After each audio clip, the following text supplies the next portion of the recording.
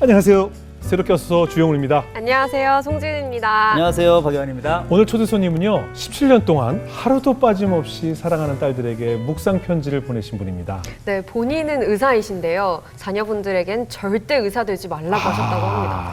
네, 오늘 자녀를 둔 부모님들 꼭 필수 시청하셔야 될 것 같습니다. 네. 하동 참사랑 연합의원 최진석 원장님 모셔보겠습니다. 어서 오세요.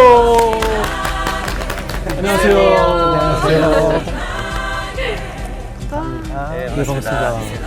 원장님 손이 이렇게 붙으신 건 아니죠? 네, 그래서 아까서부터 뒤에서부터 계속 이렇게 붙어 있어서 네, 아유, 늘 겸손하신 모습으로 네, 겸손 모드로 나오셨습니다.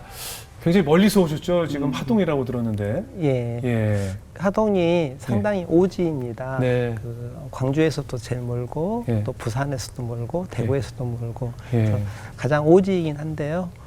그 오지가 사실 도시의 분주함보다는 예. 서서히 흘러가는 이런 여유로움이 좀 있거든요. 예. 하동에서 근무하고 있고요. 예. 귀한 곳에서 불러주셔서 하동에서 예. 올라왔습니다. 예, 오늘 휴진하고 오신 거예요? 네. 예. 그 전에는 원래 광주에서 진료를 하셨다고 그러던데. 이제 광주시에 있다가 예. 한 14년 전에 예. 하동으로 이제 옮기게 됐습니다. 특별히 그 하동으로 옮기신 이유가 있으셨어요? 친구가 이제 어렸을 때 약속을 지키라라고 한 거예요. 예. 그런데 대학 때 이제 의과대학을 졸업할 자신이 없었거든요. 네. 그래서 이제 그 당시에 우리들 꿈이 교회 다니는 친구들 꿈이 나중에 의사가 되면 이제 어떤 해외 선교를 가든지 네. 혹은 가난한 시골에 가서 예. 이제 할머니들 섬기고 이러면서 살고 싶다. 그때 약속한 건데 예. 친구가 그 약속을 지키면 어떻겠냐 이렇게 요구해서 예. 그래서 하동으로 시골로 옮기게 됐습니다. 아, 그러시군요. 그럼 사모님과 두 분이서 지금 생활하시고. 예, 저 예. 아내하고 있고 이제 아이들은 네. 아무래도 직장이나 이런 것 그렇죠. 때문에 지금 서울에서 생활하고 예. 있습니다. 17년 동안 매일매일 딸들에게 이제 묵상 글을 보냈는데 이제 그 글들을 모아서 최근에 책을 내셨더라고요. 예, 예. 이제 정확히 표현하자 그러면 제가 책을 낸 건 아닙니다. 아, 저는 네. 17년간 매일 묵상 글을 딸들에게 보냈고요. 네. 이제 딸 아이가 이번에 이제 결혼을 앞두고 네. 있으면서 아버지에게 이제 배운 것들을 네. 정리를 하겠다. 그래서 이제 집을 떠나기 전에 아버지의 가르침을 정리를 하고 예. 또 새로 결혼을 하게 되면 또 후손이 생길 수 있잖아요. 네네. 그러면 이제 무엇을 가르쳐야 될지를 정리를 하겠다 해가지고 어머. 딸 아이가 이제 글을 원고를 정리를 한 거고요. 아, 그래요? 네, 그래서 엄격히 말하면 저는 기본 묵상만 보낸 거고 이제 정리는 딸 아이가 그러니까 책은 딸이 만든 거예요? 딸이 만든 야. 그래서 책은 이제 예. 공동 저자로 이렇게 아, 이름을 그래요? 올렸습니다. 더 의미가 있네요. 예. 그 보내신 말씀이 예. 주로 어떤 말씀, 성경 말씀을 그냥 보내신 거예요? 아니면 아버지의 입장으로 뭐 보내신 거예요? 어떤 글들이 있었어요? 이제 기본적으로 성경 본문 말씀 네. 말씀을 이제 일부 처음에는 그대로 보내기도 했고요. 예, 예. 혹은 이제 성경 안에 어떤 인물만 바꿔가지고 네. 예를 들어서 하나님께서 누구에게 복을 주신다라고 하면 그 이름을 아이 이름으로 바꿔가지고만 보내는 방식으로 이렇게 네네. 아주 쉽게 이제 보낼 수 네네. 있었는데 그냥 잡다한 이야기도 꽤 많았을 거고요. 예, 예. 그런데 이제 가면 갈수록 성경 말씀에 이제 근거가 되는 묵상글을 보내게 네. 됐습니다. 뭐 인생에 좀 도움이 되는 뭐 주의할 점들이나 성인으로서 살아가면서 예. 아빠가 해주고 싶은 이야기들도 있었겠죠? 예, 예. 뭐 이런 놈은 조심해라 뭐 이런 거 같은 거. 그렇죠. 실제적인 얘기. 실질적인 네. 얘기. 예. 다가와서 이거 하는 애 조심해라 뭐 이런 거. 실질적인 얘기도 있었어요? 이제 유머도 많이 유머. 했고요. 예. 어떤 경우는 뭐 드라마가 네. 유행하면 예. 드라마 내용을 얘기한 적도 없잖아요. 했었고 예. 어떤 영화가 있으면 예. 그 영화에서 아빠가 생각하는 가장 중요한 포인트가 이런 거였다. 그래서 이렇게 해서 이제 얘기해 준 적도 없잖아 했었습니다. 저는 제가 왜 개인적으로 이렇게 자꾸 꼬치꼬치 여쭤보냐면요. 예. 저도 딸이 셋이다 보니까 아, 예. 저도 이런 아버지처럼 이렇게 뭔가 딸들에게 이런 아버지이고 싶고 그렇죠. 뭔가 예. 좋은 말씀도 조언도 보내주고 싶은 마음이거든요. 예. 그래서 제가 좀 많이 궁금해요. 왜냐면 17년 전에 예. 처음 이렇게 말씀 묵상을 보내기 시작했을 때 예. 내가 이걸 매일 쉬지 않고 앞으로도 계속 뭐 이런 계획은 아니었을 거 아니에요. 그냥 예, 예. 그냥 이렇게 툭툭 던지다 보니 이게 시간이 길어진 거겠죠. 예, 예. 처음엔 어떤 마음으로 시작을 하셨어요? 실은 이제 아내가 아이를 출산한 다음에 네. 이제 젖을 먹이고 네. 놀아주고 있더라고요. 네. 그런데 제 마음에 두 가지 마음이 동시에 들었어요. 네. 하나는 너무 기쁜 거예요. 네, 네. 그래서 아이를 보고 제 마음속으로 탄식이 뭐였냐면 이제서 천국이 보인다. 그래요. 그래서 딸아이를 보니까 전부 천국이 보이는 것 같더라고요. 네, 네. 그래서 이름을 보인으로 지었습니다. 보인다 할 때 보인. 보인으로 와. 이렇게 지었어요. 와. 네, 그래서 네. 이제 한쪽 마음은 이렇게 너무 즐거웠는데 네. 한쪽은 사실 너무 두려운 거예요. 예. 실은 아빠가 처음 된 거잖아요. 예, 예, 그렇죠. 가정도 처음 이룬 거고 네. 아빠도 처음 된 거고 그래서 한쪽 마음에는 이 아이를 어떻게 아름답게 잘 키워보고 싶은데 어떻게 잘 키울 수 있을까라는 그 두려움이 제게 이제 없지 않아 있었습니다. 네. 곰곰이 생각해봤더니 하나님이 이제 사람을 만드실 때 흙으로 만드시고 생기를 불어넣으셨잖아요. 예. 그러니까 저의 이해로는 흙은 아내가 주는 모유나 이유식이나 음식 같은 물질을 의미하고 예. 생기는 영적인 어떤 것이라고 이해가 그렇죠. 됐는데 어떻게 생기를 불어넣어 줄 수 있을까 고민을 했는데 또 두 가지를 찾았습니다. 네. 하나는 저녁에 군단에 기도해 주는 거고 아침에는 묵상을 전해 주는 건데 아이가 너무 아가여서 이제 글도 모르고 뭐 말도 못하고 이럴 때는 그냥 밤에 기도만 해줬고요. 아이가 좀 커서 이제 글도 알고 핸드폰을 가질 수 있는 나이, 초등학교 4학년이 되니까 네. 핸드폰을 사주면서 이제 그때부터는 계속 묵상글을 보냈습니다. 네. 지금 오늘 온 가족이 예. 스튜디오에 다 나와주셨는데 너무나 웃긴 것이 우리가 얘기 나눈 동안 이렇게 쓱 봤는데 다들 카메라가 있어 긴장해서 우리 얘기 듣지도 않고 지금 다 세 분이 로봇가 된 줄 알았어요. 약간 거의 불편하신 마네킹이 것 같아요. 웃고 있는 마네킹이 됐어요. 네, 너무 긴장들 하신 것 같아. 긴장되죠. 네, 저 카메라 계속 이거 비추고 있으니까, 그죠. 그죠? 우리 첫째 딸 우리 보인 양, 보인 씨죠 이제 보인 자매. 네. 어땠어요? 아버지가 17년 전에 이제 첫째 딸인 거죠. 받았을 때 어땠어요? 정말 일십이었어요? 아니면 매일매일 묵상하면서 보내준 아버지가 고마웠어요? 어땠어요? 기분이? 처음에는 네. 핸드폰이 생겼다는 것 자체가 너무 좋았고요. 네. 네, 그래서 이제 아침마다 아빠의 묵상글을 받아봤을 때 처음에는 좀 어렵기도 하고 네. 좀 익숙하지 않은 느낌도 있었는데 이제는 루틴이 돼서 아침에 이제 아빠 글이 안 오면 좀 이상해진 네, 그런 것 같아요. 예. 사실은 저도 이제 묵상글을 보내는 입장이잖아요. 네. 목사에게도 하고. 근데 이럴 때 있거든요. 그러니까 앞에 말씀 쭉 던져놓고 이제 그때부터 잔소리를 하는 거지. 이제. 내가 하고 싶은 얘기를 하는 거죠. 그러니까 이게 묵상글이 아니라 사실은 약간 잔소리. 그런데 혹시 우리 보인자매도 때때로 뭐 잔소리처럼 느끼는 그런 지점들은 없었어요? 사실 제가 상황이 좋을 때는 어. 아빠 글이 되게 잘 읽혀지거든요. 근데 제가 상황이 좋지 않을 때는 이제 아빠 글이 아무래도 나쁜 마음이나 나쁜 생각을 하지 못하게 자꾸 만드니까 좀 읽혀지지 않을 때도 있거든요. 그래. 그럼 이제 좀 아침에 읽어야 하는 묵상글을 좀 점심쯤으로 이렇게 미루기도 하고 하는데 그래도 결국에는 제가 어떤 문제를 헤쳐나가고 제 고민을 뭔가 해결하는 데 있어서 아빠의 글이 되게 크게 작용을 했어서요. 예. 그걸 이제 몇 번 겪고 나 보니까 이제 제가 상황이 좋지 않을 때도 그래도 바로바로 읽게 되는 것 같아요. 그래요. 목소리 자체가 순하시고 선하시고 너무 착하다. 착해. 묵상 덕분인가? 목소리 자체가 톤 자체가 선하셔. 어머니 아버님 뵈니까 또 선할 것 같고. 우리 둘째 예주 양은 어때요? 아빠의 그 묵상 말씀을 받을 때 기분이 어땠어요? 저한테는 부담이 되지는 않았던 게 예. 뭔가 날마다 묵상을 하는 그 평소의 루틴이 깨지는 날들이 종종은 아니지만 가끔 있다 보니 예. 그때는 이제 아빠의 묵상글로 대체를 해서 오히려 감사하는 시간들이었던 것 같아요. 내가 놓쳤을 때 그래. 아빠의 묵상글이 대신해주니까. 그래요. 나중에 아빠처럼 또 아빠 같은 남편 만나서 딸들이 태어나면 또 그렇게 좀 하고 싶어요? 자신은 없지만 그래도 해주고 싶은 마음은 그래요. 큰 그 것 인생에 많은 같아요. 도움이 된 거죠? 네. 아빠 어떤 사람이에요? 아빠 같은 사람을 만나고 싶은 그래. 사람인 것 같아요. 아빠 같은 사람 만나고 싶어. 최고다. 부인이 왜 크게 웃어요? 사모님이 크게 이러면서. 아빠 같은 사람이 없다는 뜻이에요? 어머. 아빠 같은 사람이 없대. 어떡해.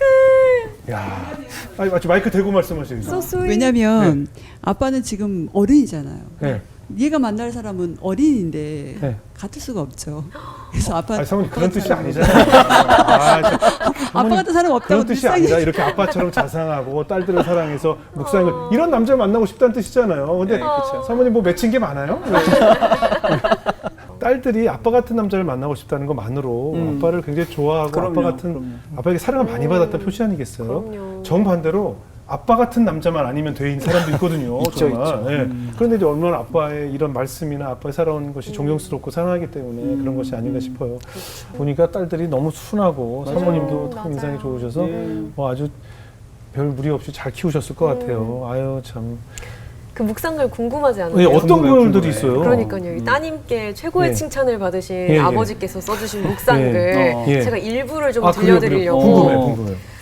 초창기 때는 아무래도 자녀분들이 네. 어릴 때잖아요. 예. 그래서 내용이 지금과는 조금 다른 네네. 면이 있대요. 한번 읽어보겠습니다. 네. 2009년 글입니다. 야. 한 남자애가 왔어.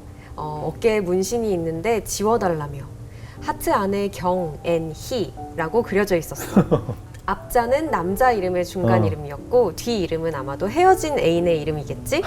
사랑에 빠져서 절대 안 헤어질 것 같았는데 결국은 헤어졌으니까 온 거야. 아. 그런데 하나님께서도 문신하셨다는 거 아니? 하나님께서는 어디에 문신하셨을까? 그리고 어떤 문신일까? 답은 이사야 49장 15, 16절 말씀이야. 하고 말씀이 적혀 있고요. 아. 벌써 집중이 딱 된다. 벌써. 네, 둘째 딸 예주는 이때 더 어려서 이런 식으로 보내셨대요. 네. 회당장이 병들어 죽어가는 딸을 살려달라고 간청해서 예수님이 딸을 살려주셨어. 회당장 이름이 무엇일까?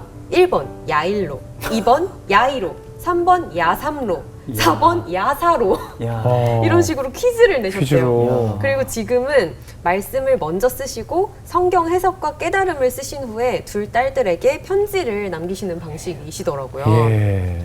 너희가 앞으로 위기와 실패, 약함을 만날 때 민망해하거나 숨지 않길 바란다. 그 자리가 하나님께 더 깊이 나아가는 통로가 될 수 있다는 걸 기억하렴. 아빠가 너희를 대신해 싸워주지 못할 때도 있을 테지만 함께 울며 기도하고 하나님 앞에 너희를 올려드릴 수 있는 사람이 되어줄 거야. 무엇보다 하나님께서 지키시고 세우실 것을 믿는 너희가 되길 바라며 오늘도 샬롬이다. 아빠. 잠깐 내용만 봐도 너무 좋다. 엄청난 고민과 네. 많은 정말. 맞아요. 그래서 그 애를 경의 키웠어요. 걔네들 어떻게 됐어요? 다 지워졌어요? 그 문신은? 나 그런 게 더 궁금하네. 예, 참 믿음의 유산을 물려주는 모습이 참 보기 좋습니다. 지금 보니까 원장님이 뭐 구원파에 좀 빠질 뻔 적이 있었나 봐요. 예. 예. 제게 큰 영향을 주신 분이 세 분이 계시는데 네. 첫 번째 분은 중학교 때 선생님이셨어요. 네. 그래서 이분이 이제 방학 마지막 앞둔 종강식에 네. 세 권의 책을 소개시켜 주셨거든요. 예. 그래서 당신의 인생을 바꾼 책이다. 철로역정, 예. 성체, 참회록 세 가지를 이제 소개시켜 주셨는데 네. 집에 가서 아버지 책장을 봤더니 교회도 안 다니시는 아버님 책장이 다 있는 거예요. 그 책이? 이 책이 예. 다. 그래서 이제 방학 내내 읽어봤죠. 근데 사실 이해는 못했는데 그 책이 어떤 힘이 있었나 봐요. 그 글에서. 네. 그래서 자발적으로 이제 교회를 나가게 됐습니다. 근데 이제 그 당시에 갔던 교회는 약간은 좀 율법주의적인 그런 교회였거든요. 네. 그래서 이제 거기서 약간 율법주의적인 신앙생활을 시작했다가 고등학교를 이제 들어갔더니 고등학교 담임 선생님이 구원파이셨어요. 그래서 반에 1번부터 불러서 1대1로 이제 구원파 복음을 전하셨거든요. 그래서 이제 제게까지 복음을 전해주셨는데 예. 뭔가 이상한 거예요. 예. 그래서 첫 번째 갔던 교회에 이제 주일학교 교사 선생님에게 물어봤더니 그 이단 같으니까 가지 마라. 그런데 저는 이제 구분을 못 하겠잖아요. 예. 그래서 제가 내린 결론은 두 개 다 가지 않겠다. 아. 기존의 교회도 예. 구원파 교회도 가지 않겠다. 그런데 이제 제 주변에 선생님이랑 또 반 친구들은 많이 이제 그 영향을 많이 받았기 때문에 제가 구원파를 가지는 않았을지라도 제가 다분히 제 신앙은 구원파적인 신앙이었던 것 같아요. 예. 대학에 들어갔을 때 세 번째 제 신앙의 중요한 분을 한 번 만나게 됐는데 의대 동기예요. 근데 저희가 다 해서 의대생이 140명이거든요. 예. 제가 34번인데 이 동기가 1번부터 140번까지 1대1로 복음을 전하겠다고 마음먹고 1번부터 복음을 전하던 분이에요. 그래서 제가 34번째 제게 복음을 전해주셨는데 이분이 전한 복음은 앞에 두 복음하고 약간 다른 느낌을 받았습니다. 이분이 이제 강조하신 것은 예수님이 하늘 영광 보좌를 버리시고 이 땅에 내려오셔가지고 자기 비하를 하셔가지고 십자가에 가시기까지 우리를 사랑해 주셨으니 우리가 예수님을 믿는다 그러면 결국 예수님처럼 죽음까지도 낮아지는 쪽으로 가야 된다, 섬기는 쪽으로 가야 된다고 이렇게 교육을 시켜주는 거예요. 두 번째 이제 구원파 교회하고는 완전히 다른 복음처럼 받아들여졌거든요. 그래서 이분에게 이제 일주일에 한 번씩 성경 공부하고 하면서 제자도도 배우고 다시 이제 지역 교회에 나갈 수 있는 기회가 됐습니다. 그때 예수님 만난 것 같아요. 아, 그래요? 그럼 그렇게 뜨겁게 다시 예수님을 만나서 신앙생활을 하게 됐는데 죽게 해달라고 기도를 하셨어요? 이제 의과대학이 사실 수업이 무척 힘들어요. 그럼요. 한 과목만 F가 나와도 유급을 당하기 때문에 그리고 또 저희 때는 또 3번 유급 당하면 제적이었거든요. 그러니까 유급 당하지 않으려고 다들 발버둥을 치고 있는데 학점이 많은 시험을 항상 월요일 날 보거든요. 월요일 아침에 봅니다. 근데 이제 그 시대가 기도원 시대였거든요. 그래서 목사님도 교회 일만 있으면은 기도원 들어가가지고 막 한 2, 3주씩 안 내려오시고 그러시던 시대였습니다. 그래서 다들 그 밑에 있는 이제 교우들이나 청년들도 자주 이제 기도원 가고 또 주의 나라를 구하는 것이 우선순위 1번이다 이렇게 교육을 받으니까 이제 청년부 예배를 빠질 수도 없고 주일 예배를 빠질 수도 없고 그래서 이제 토요일날 청년 모임도 하고 기도원도 갔다 오고 또 주일날 오전 예배 드리고 나서 이제 도서관으로 이제 월요일날 시험을 보니까 도서관 올라가면 1시나 1시 반 되거든요. 그때 이제 도서관 올라가고 있으면 다른 친구들은 내려오는 거예요. 그럼 이제 그 친구들은 어떤 상황이냐면 토요일날 날 샌 거예요, 도서관에서. 그리고 주일 이제 오후가 되니까 한 번 다 공부를 다 마친 거죠. 어느 정도 시험 준비를 다 마치고 이제 밥 먹으러 내려오고 밥 먹고 나서 다시 올라와서 다시 한번 정리해가지고 이제 시험 보러 갔는데 저는 그 올라가는 길이 아직 정리가 안 된 길이잖아요. 그래서 그 교차할 때 느낌이 너무너무 힘들었어요. 근데 이제 이 일이 거의 매주 반복되다시피 하니까 현실에 발을 딛고 살아내고 싶은 그 힘이 점점 없어져 가는 거예요. 그래서 이제 기도원에서 내려오다가 그때 비가 좀 왔거든요. 근데 천둥이 이렇게 번개가 치더라고요. 그래서 옆에 나무에 맞아요. 그래서 아, 이왕이면은 남았게 해주시지.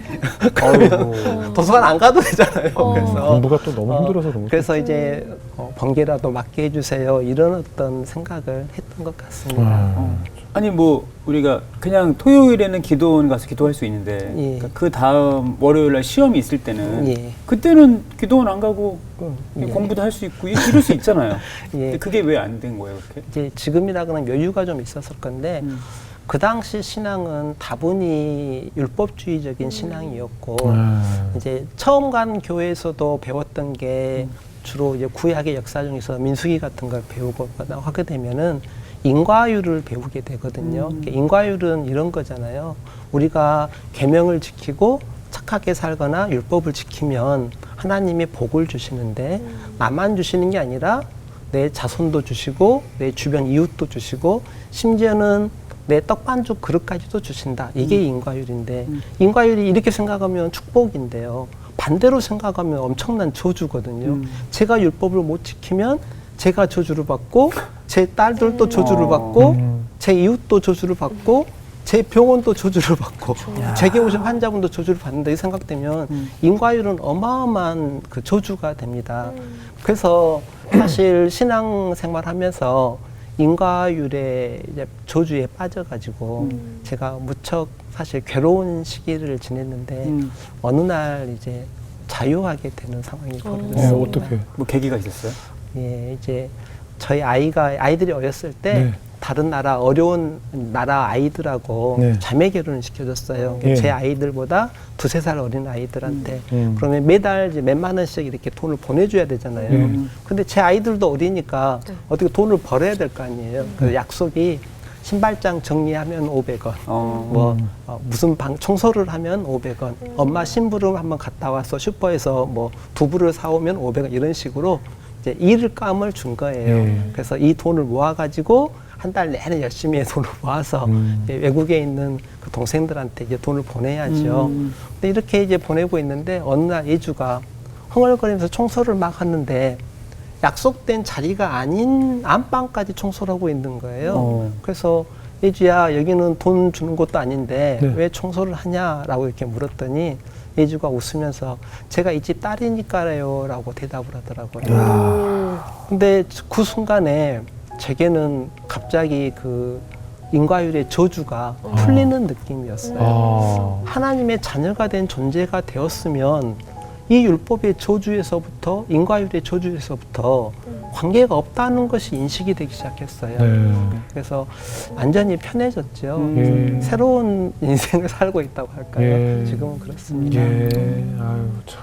아니 근데 왜 따님들한테는 너희는 절대 의사 되지 말라고 그렇게 말씀하신 거예요? 전 이 부분에서 굉장히 존경한다고 좀 말씀을 드리고 싶었거든요. 어떤 이유였어요? 근데 이제 이건 제 내면적인 어떤 모습을 바라봤을 때 제가 의사가 되고 혹은 명예가 좀 높아지고 위치가 높아지면 높아질수록 제 인격이나 신앙이나 비례해서 높아지는 게 아니라 오히려 반비례해서 떨어진다는 느낌을 받았어요. 그러니까 점점 세상적인 것이 많아지면 많아질수록 교만하게 되는 것이 많아져서 하나님 외에 예수님이 주인 되신 것 외에 제게 주인 되는 것들이 점점 많아지는 느낌을 받았기 때문에 아이들에게 제 마음을 살펴보고 나서는 아이들에게 해줄 수 있는 말은 많이 공부하고 많이 유명해지고 많은 힘을 가져서 교만해질 바에는 성도답지 못할 바에는 차라리 공부하지 말고 아빠랑 같이 놀자 이렇게 갈 수밖에 없었거든요. 근데 또 재밌는 게 명예가 없고 그런 권력이 없다고 해서 그렇죠. 신앙이나 인격이 올라가는 건 또 아니잖아요. 그것도 네, 그렇습니다. 물론 이게 많다 그래서 반드시 뭐 교만해진다든가 이게 적다 그래서 겸손해진다든가 이러진 않고요. 사실은 아주 많이 가지신 분 것처럼 보이지만 정말 겸손하신 분도 만났고요. 정말 없는 것처럼 보이신 분 가운데 오히려 교만하신 분도 만났거든요. 그런데 이제 제 성향을 보니까 제 겨냥성을 보니까 저는 하나님이 안 주시면은 그래도 좀 겸손하게 하나님을 의뢰하는 모습을 제 모습을 발견할 수 있는데 하나님이 조금만 뭘 주시는 것 같으면 이제 제가 교만해진다 이런 느낌을 받아서 저의 경향성은 높이 올라갈수록 위험하다. 제 자신을 볼 때는 너무 위험하다. 높이 올라가 봤더니 떨어질 때 더 많이 아플 것 같고 그래서 사실은 아이들에게는 높아져서 많이 가져서 하나님 잊어버리고 교만해질 바에는 그냥 아빠랑 같이 놀고 그냥 평범하게 사는 게 더 좋지 않냐 이렇게 얘기를 했습니다. 저는 반대로 이제 사모님 의견이 좀 궁금한데 이때 이제 너희 의사 돼서 높아져서 교만해질 바에는 아빠랑 같이 놀자라고 말씀하셨는데 엄마의 마음은 또 다를 수 있잖아요. 진짜. 의사 됐으면 좋겠다라고 생각했을 수도 있잖아요. 엄마는 아빠랑 놀지 마 그랬겠지. 그 시간에 공부해야지 뭔 소리야. 그래서 궁금합니다. 그렇잖아요. 이제 아내가 날을 잡아줬어요. 아이들하고 1대1로 데이트하고 놀 수 있는 날을 아내는 잡아줬거든요. 그래서 어떤 날은 큰 딸하고 나가서 큰 딸하고만 저하고 둘이 데이트하고 그럼 이제 둘째는 자기 데이트 순서 기다려야 되죠. 열심히 이제 기다리고 있다가 이제 데이트하면서 그 뭐 다른 걸 한 게 아니라 그림도 보러 가고 사진도 보러 가고 엄마는 절대 안 사주는 불량식품도 좀 먹으러 가고 학용품 같은 것도 사러 가고 예, 그렇게 하면서 아내는 오히려 제가 공부하지 말라라고 한 것을 이제 지지해 준 거죠. 놀 수 있는 날짜를 정해줘 가지고 그래서 저는 그게 참 고맙다라고 생각하고 있습니다. 딸들 얘기도 들어보신 거죠? 뭐 그림 보는 게 좋았는지 어땠는지 물어봐야 되잖아요. 아빠랑. 아니 근데 사모님 솔직한 말씀이셨어요. 지금 말씀하시는데 마이크 대고 그 딸 보통 이제 제 주변에 보면요.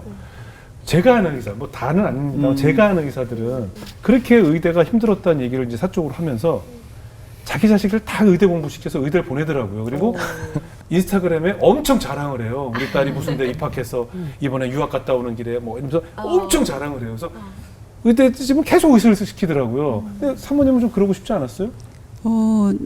같은 마음이라고 아까 이야기했었잖아요. 네. 이제 훌륭한 아이들이 물론 이제 부모 밑에서 의사로 만들 수 있는 아이들은 따로 있다고 생각을 해요. 어렸을 때부터 정말 공부를 좋아하거나 예. 뭐 이렇게 딱 보면 의사 될 나이다.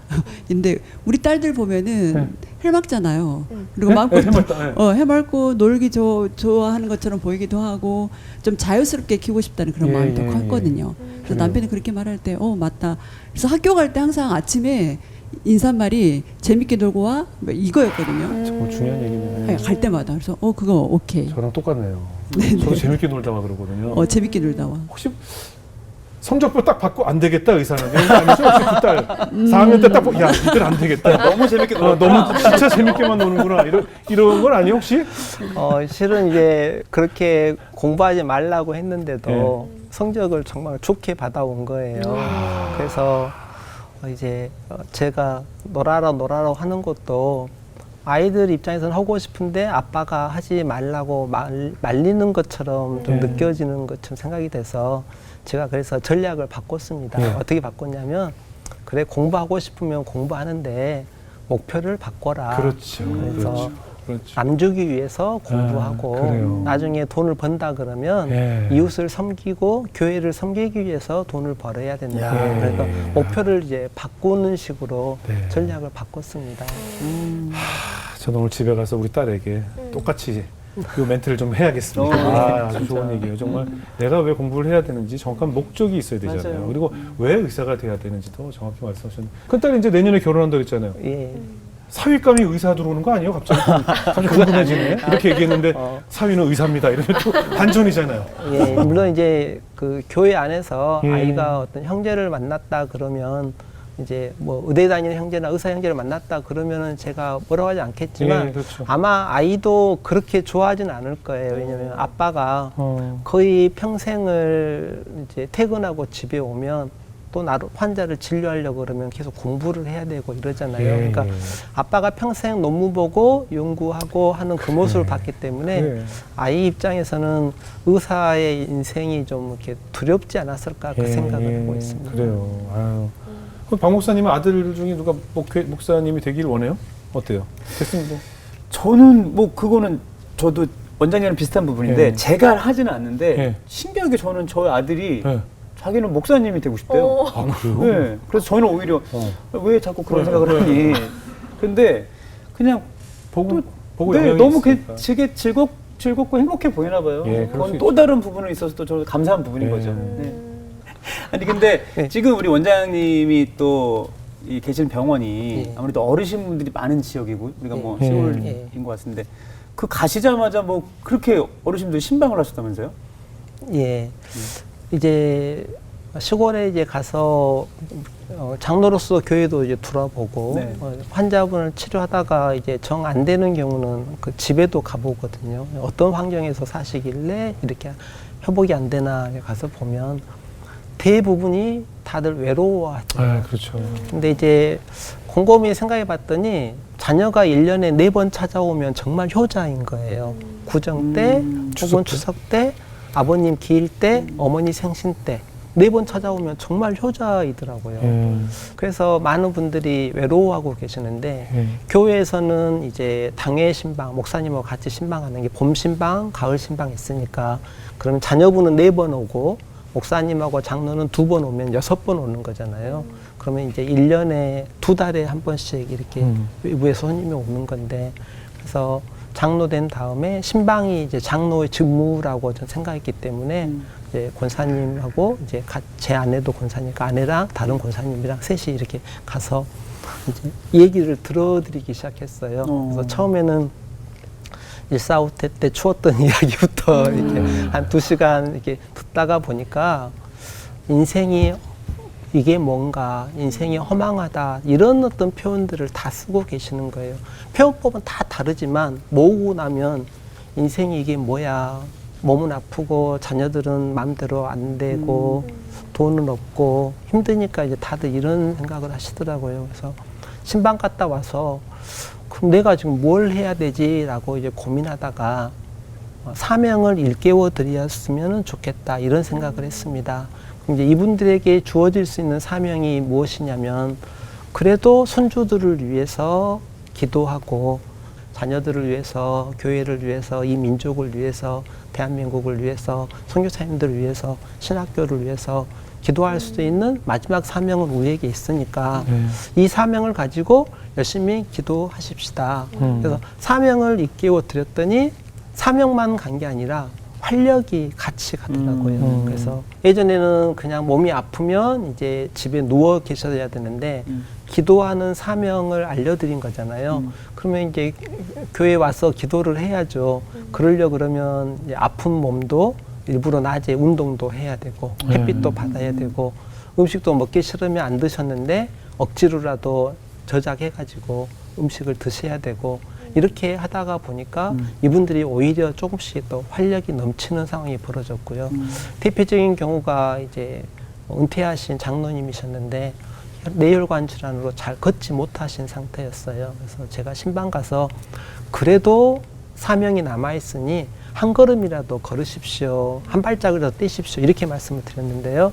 이분 집에서 버스 정류장까지 한 100m 정도 됩니다. 그러니까 이제 당신이 사명을 어떻게 생각하셨냐면 버스 정류장 가서 청소하고 돌아오는 것을 목표로 삼으셨어요. 그래서 5m도 못 가드시는 분이 5m 걷고 10m 걷고 하다가 결국은 이제 정류장까지 도착을 하고 도착해서 그냥 수건 같은 걸로 청소 좀 해주고 어차피 마을 주민들이 쓸 거니까 이래가지고 이제 돌아오고 하셔가지고 지금은 잘 걸으시거든요. 근데 이 이제 상황이 면사무소에서 알게 됐어요. 그래서 면사무소에서는 청소를 어차피 시켜야 되는데 그냥 와서 청소해 주는 거잖아요, 주민이. 그래서 일종의 청소비라고 할까요? 알바비라고 할까요? 10몇만 원 이렇게 주면은 그러면 이제 일부 돈을 모아서 손주 가방 사주시더라고요. 그러니까 이러면서 조금씩 더 건강해지시고 활력이 넘치는 상태입니다. 지금 병원이 하동 참사람 연합의원이네요. 예. 외부인들도 많이 오고 좋은 일도 많이 하신다고 하는데 어떤 환자들도 보고 계세요? 이제 제가 해마다 이제 의료봉사를 가서 이제 진료를 하고 있었는데요. 한 해는 이제 교회에서 발리에 다녀왔으면 좋겠다라고 하시더라고요. 근데 지금까지 갔던 이제 의료봉사 지역은 뭐 캄보디아에서도 제일 낙후된 지역, 혹은 뭐 필리핀에서도 제일 그 어려운 분들이 살고 있는 지역, 네팔에서도 정말 연약한 지역, 이런 지역을 돌아다니면서 의료봉사를 했는데 위치가 발리잖아요. 발리는 관광지잖아요. 그래서 이번에 몇 명이나 진료합니까? 라고 물었더니 우리나라에 귀국한 지가 한 7년인가 귀국 못 하신 여성 선교사님들 가정이라고 하는데 30가정, 60명 계신다는 거예요. 보통 의료봉사 가면은 수백 명에서 만연 수천 명까지도 보거든요. 근데 딸랑 60명? 그러니까 완전히 마음이 편해졌어요. 그래서 갈 때는 낮에는 진료하고 밤에는 이제 바닷가라도 걸어봐야겠다. 좀 쉬면서. 네, 쉬면서 이렇게 마음 먹었는데 숫자가 너무 적으니까 뭘 가져갈까 하다가 초음파, 포터블 초음파를 가지고 갔었는데요. 이 초음파가 이제 문제였어요. 첫 환자 딱 그 이제 진료하고 갑상선에 초음파를 딱 갖다 댔는데 악성으로 보이더라고요. 물론 이제 조직 검사를 해봐야 정확한 건 알겠지만 모양이 이제 악성일 것 같다 모양이 들어서 이제 설명을 열심히 하고 한국에 귀국 빨리 하셔가지고 수술하고 또 호르몬제 드시면서 하시면은 평생 잘 사실 수 있습니다. 이런 식으로 이제 설명을 열심히 들으니까 시간이 많이 걸렸죠. 두 번째 환자 딱 봤는데 간암이 눈에 보인 거예요. 갑자기 이제 즐거운 마음으로 갔는데 편안한 마음으로 갔다가 심각해지기 시작한 거예요. 세 번째 환자분은 쇄골 옆에 메스가 있다라고 하는데 메스의 초음파를 대봤더니 악성 종양처럼 보이더라고요. 그래서 아마도 체중이 감소되고 음식을 잘 못 드신 시기가 있던 걸 봐서는 위암이 아마 전이된 건 아니었을까. 그래서 60명 진료한다고 가볍게 마음에 갔는데 아침 한 5, 6시부터 새벽 1시까지 이제 진료하고 상담해야 되는 상황으로 바뀌었고요. 아이고. 이분들이 이제 다들 확률을 물어보시더라고요. 완치돼서 다시 돌아올 수 있는 확률을. 참 이제 대답하기 어려운 질문이거든요. 근데 이제 사실대로 말씀을 드렸어요. 제가 아는 확률은 이 정도 됩니다. 라고 했는데 그분들이 안 가시겠다는 거예요, 한국을. 가면은 이제 어떻게 수술은 받을 수 있겠지만 후처치 해주는 것도 없고 또 못 돌아올 가능성이 많으니까 이 자리에서 계속 선교사역 하다가 이제 주인께서 부르시면 가겠다. 그러니까요. 그래서 그때 발리에 가서 정말 많이 진료하면서 많이 울었어요. 그래서 와가지고는 이제 제가 전략을 바꾼 게 그동안은 이제 적금 들어서 이제 적금 타거나 깨거나 해가지고 해외 의료봉사 단기간 갔다 오는 것이 이제 전부였는데요. 이제는 이제 이런 분들이 수술을 받거나 한 다음에 후처치를 주로 해드리거나 혹은 이제 미자립 교회 이런 어떤 분들이 치료를 제대로 못 받고 있을 때 이런 분들을 좀 치료하면 어떨까 해서 방향성을 제가 바꿨고요. 방향성을 바꿔가지고 이제 해외 의료봉사는 또 다른 후배들이나 다른 분들한테 이제 맡기고 저는 이제 이런 분들을 이제 치료하고 있었습니다. 그래서 방향성을 바뀌면서 이제 외부인들이 이제 많이 오게 됐는데요. 이제 우연찮게 이제 혈액암 있으신 한 분이 오셨는데 이제 유력한 병원에서 더 이상 치료해 줄 게 없으니까 집에 가라 그런 거예요. 환자분 입장에서는 황당하죠. 더 이상 해줄 게 없으니까 집에 가라 이 말은 죽어라는 말처럼 그렇죠, 이렇게 느껴지잖아요. 이분이 이제 치료 받으면서 하동에서 생활을 하셨거든요. 근데 이분이 너무 말씀을 잘 따라주는 거예요. 음식 이렇게 하십시오. 운동 이렇게 하십시오. 맨발 걷기 이렇게 하십시오. 호흡법은 이렇게 해야 됩니다. 몸의 체온은 이렇게 유지해야 됩니다. 말씀을 쭉 드리고 암 주도권은 이렇게 해야 됩니다. 이런 말씀을 드리다가 보니까 이분이 너무 잘 따라해서 해주시는 거예요. 그래서 결국은 이분이 다시 이제 몇 년 만에 그 병원을 다시 갔는데 이제 병원에서 좀 놀라셨나 봐요. 이제 돌아가셨을 줄 알았는데 이제 살아서 오셨으니까. 그래서 이제 이분을 계기로 이제 정말 전국이 아니라 뭐 다른 나라에서까지 이제 이렇게 찾아오시는 분들이 많아져가지고 그래서 외부 분들이 훨씬 더 많아져 있는 상태입니다. 훌륭하시네요. 정말 그러니까요. 여기 출연하셨던 많은 선교사님들도 여기 오신 이유가 이 땅을 다시 돌아오신 이유가 다 같은 건강에 초월하시다가 병을 얻어서. 결국 큰 병이 발견돼서 오신 분들이 너무나 많아서 저희가 너무 안타깝게 생각했는데 다들 똑같이 난 다시 돌아가겠다고 그렇게 말씀하시는 모습 보고 참 근데 그런 분들도 이렇게 직접 봐주시고 하니 얼마나 감사한지 몰라요. 아유 마지막으로 우리 딸들에게 아빠 어떤 아빠예요?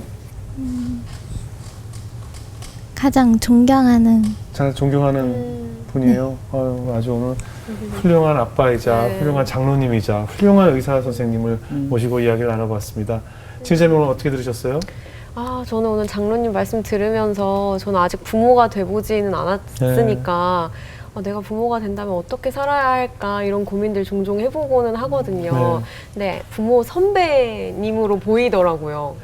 그래서 참 이 부모라는 게 다른 게 없구나. 다른 거 물려주고 이렇게 해주는 게 아니라 나의 삶의 그 산 경험들을 자식한테 물려주는 거, 이 신앙의 경험들을 물려주는 게 정말 가장 귀한 유산이구나라는 생각이 들면서 나는 정말 남 주기 위해서 뭘 해봤나? 라는 생각이 또 들더라고요. 그래서 저도 앞으로 남을 주기 위해서 무엇이든지 해보는 그래요. 그런 사람이 돼야겠다라는 좀 다짐을 해봤던 것 같아요. 네. 박기환 목사님?